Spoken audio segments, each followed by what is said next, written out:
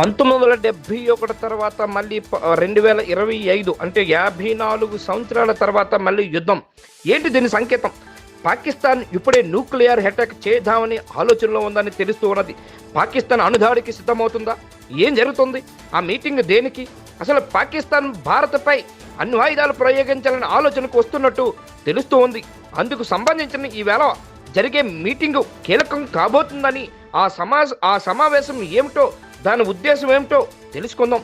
కానీ తను నష్టపోయినా పర్వాలేదు, భారత్ మాత్రం బాగుపడకూడదు అని పాకిస్తాన్ పాలకులు భావిస్తున్నట్టు కనిపిస్తూ ఉంది.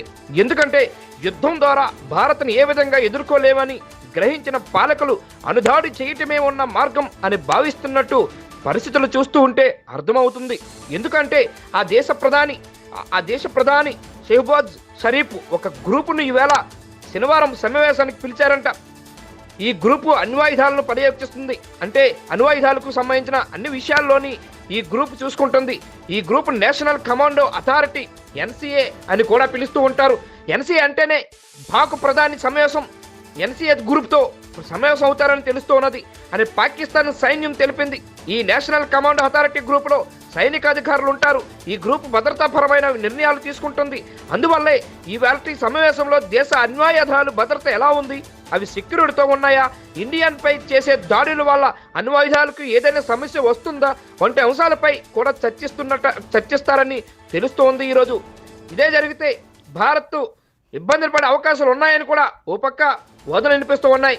ఒకవేళ ఈ సమావేశం అణ్వాయుధాలను భారత్ వైపు ప్రయోగించాలా వద్దనే దానిపై చర్చిస్తారని తెలుస్తోంది. కానీ భారత్పై అణుబాంబు వేస్తే భారత్ కూడా వేయగలదు. అప్పుడు అది 3వ ప్రపంచ యుద్ధానికి దారి తీయగలదని, అందువల్ల పాకిస్తాన్ అలాంటి దుశ్చర్యకు పాల్పడుతుందని అనుకోలేదు. కానీ ప్రస్తుతం యుద్ధానికి ముందు పాకిస్తాన్ మంత్రులు కొంతమంది ఇండియా వైపు 130 అణ్వాయుధాలు గురిపెట్టి ఉన్నాయని కామెంట్ చేశారు. అందువల్ల ఈ వేళ మీటింగ్ పై రకరకాల సందేహాలు వ్యక్తమవుతున్నాయి. ఏం జరుగుతుందో ఏంటో చూడాలి. కానీ ఒక కుట్ర పూరతపైనటువంటి పాకు ఎలాంటి దుస్తర్కైనా పాల్పడగలదు. ఆ దేశానికి నమ్మడానికి లేదు. భారత్కి ఒక రూల్ ఉంది. భారత్ ముందుగా ఏ దేశం పైన అణుదాడి చేయదు. కానీ పాకిస్తాన్ ఆ రూల్ పెట్టుకోలేదు. ఎందుకంటే ఇండియాపై ఎప్పుడు ఈ దాడి చేద్దామని ఆ దేశ పాలకులు ఆలోచిస్తుంటుంటారు. అందుకే ఇలాంటి రూల్ పెట్టుకోలేదు.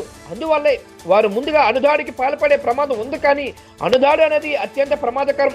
సెకండ్లలో కోట్ల మంది ప్రాణాలు గాల్లో కలిసిపోతాయి. అందువల్లే అంతటి దుర్మార్గానికి పాకిస్తాన్ పాల్పడుతుందా అనేది చూడాల్సినటువంటి అవసరం. ఒకవేళ పాకిస్తాన్కి ఇండియాలో డ్రోన్లు క్షిపణులతో దాడి చేయడానికి వీలు కావట్లేదు. అందుకే ఇలా అణ్వాయుధ దాడి వైపు చూస్తుందని అనుమానాలు కలుగుతున్నాయి. 4 రోజులుగా పాకిస్తాన్ 26 నగరాలు ప్రాంతాల్లో దాడులు చేసినా వాటినన్నిటినీ భారత్ విజయవంతంగా తిప్పికొట్టింది. దాంతో సరిహద్దు నుంచి షెల్లింగ్ దాడులకు పాకిస్తాన్ పాల్పడుతుంది. ఇవాళ జమ్మూ కాశ్మీర్లోని రాజాల్లో ఇవాళ కొన్ని ఇళ్లపై బాంబు దాడులు, డ్రోన్ దాడులు చేసింది. భారత్ని ఎలాగైనా దెబ్బతీయాలనే కుట్రతోనే పాక్ ఇవన్నీ చేస్తుందన్నది తెలుస్తూ ఉన్నది. ఇవాళ పాకిస్తాన్ మీటింగ్ గురించి మన ఆందోళన చెందాలా అంటే చెందాల్సిన అవసరం లేదు. మన ఇండియా ఆర్మీ అన్ని చూస్తుంది. త్రివిధ దళాలు ప్రతిదీ గమనిస్తున్నాయి. అణుదాడి చేస్తే దాన్ని అడ్డుకునేందుకు భారత్ సిద్ధంగా ఉంది. కాబట్టి టెన్షన్ కూడా అవసరం లేదు. ఒకవేళ పాకిస్తాన్ ఆ నిర్ణయానికి వస్తే ప్రపంచ దేశాలు ఊరుకోవు, ఖచ్చితంగా అడ్డుకుంటాయి. ఎందుకంటే ఇండియాకి రష్యా, ఫ్రాన్స్ లాంటి దేశాలు సపోర్ట్ ఉంది. ఆ దేశాలు ఏవి పాకిస్తాన్ చర్యలు చూస్తూ ఊరుకోవు. అందువల్లే ఇలాంటి నిర్ణయం తీసుకుంటే పాకిస్తాన్ మరింత పెద్ద దెబ్బ తగులినట్టే, తప్పు చేసినట్టని అవుతూ ఉంది. అందుకే ఏంటి అనేది చూద్దాం మరి.